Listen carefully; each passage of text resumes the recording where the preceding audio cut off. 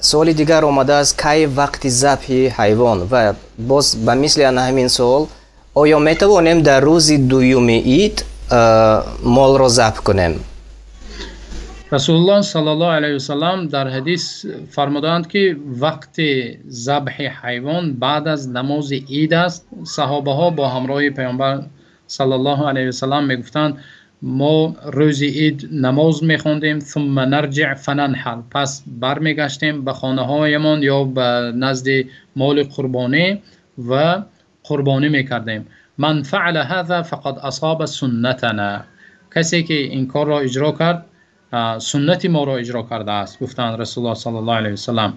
و اگر نفری که پیش از نماز عید ذبح کرد انما هو لحم یقدمه لاهله و تنها گوشت است، ثواب قربانی را نگرفته است، عبادت قربانی از نام او جاری نشده است و انسان میتواند موافق گفته علما اولین روز عید قربان پس از نماز، اینچنین دومین روز عید قربان میتواند انسان ذبح کند، اینچنین میتواند سیومین روز عید قربان تا غروب آفتاب، تا آفتاب فرو رفتن میتواند قربانی کند. وقتی سیوم روز عید قربان آفتاب نشست دیگر قربانی کرده نمیتواند.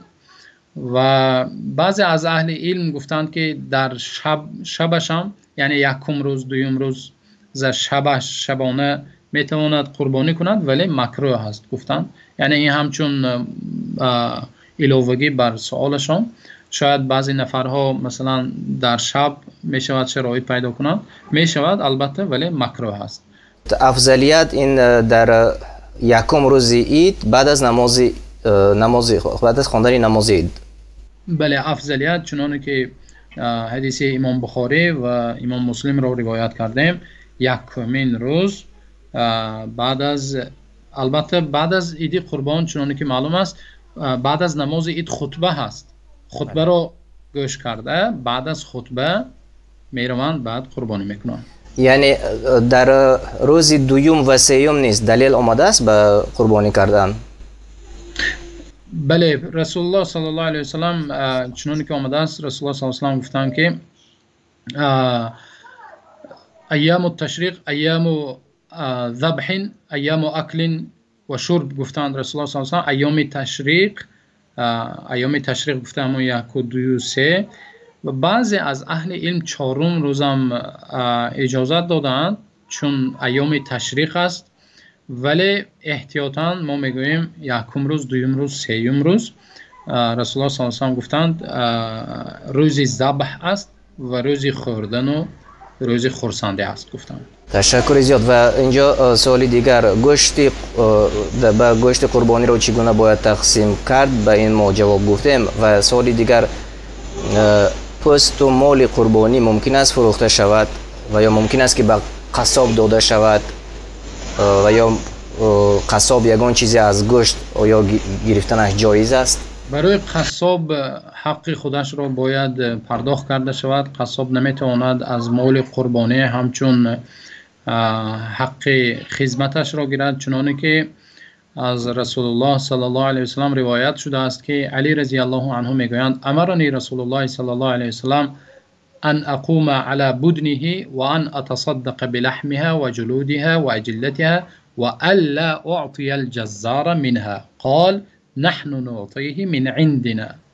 یعنی خلاصه ترجمه این حدیث چه است؟ علی رضی الله عنه میگویند که رسول الله صلی الله علیه و سلم مرا مکلف کردند که گوشت های قربانیشان را صدقه کنم، تقسیم کنم، گوشت هایش رو، پوست هایش رو، و برای قصاب حق خدمتش را ندهم. و گفتند یعنی رسول الله صلی الله علیه و سلم نحن نعطیه من عندنا، ما حق قصاب را از نزد خود پرداخت میکنیم، ما میدهیم برای او گفتند. این چنانه که روایت شده است رسول الله صلی الله علیه و سلم گفتند من باع جلد اضحیته فلا اضحیت له، کسی که پوست قربانیش را، جلدش را میفروشد فلا اضحیت له، گویا او قربانی نکرده است، برای او قربانی نیست گفتند رسول الله صلی الله علیه و سلم. اما بعضا شاید سوال شود که حاضر مثلا نفرها در شهر زندگی میکنند، در جایهای زندگی میکنند که شاید بعضی پوست و پا و کله و دیگر چیزها رو نمیشود که ما چیکار کنیم، استفاده بریم یا تازه کنیم یگان چی کنیم، و این چنین نفری نیست که این را مثلا از ما همچون خیرات قبول کند.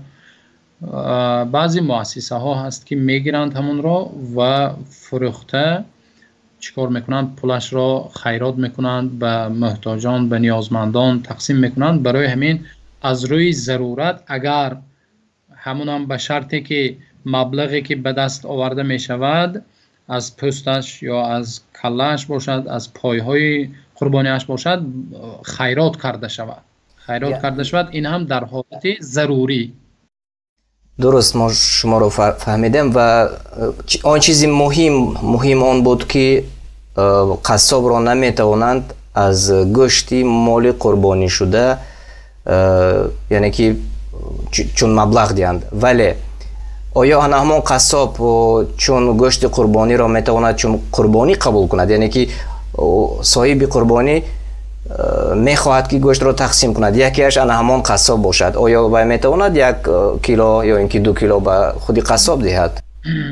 میشود باقی ندارد انشالله، به شرطی که حق خدمتش نباشد میشود که همچون هدیه، همچون مال قربانی حق خدمتش را علاوه پرداخت کند و چند کیلو باشد همچون هدیه برای قصاب هدیه کند، انشالله باقی ندارد.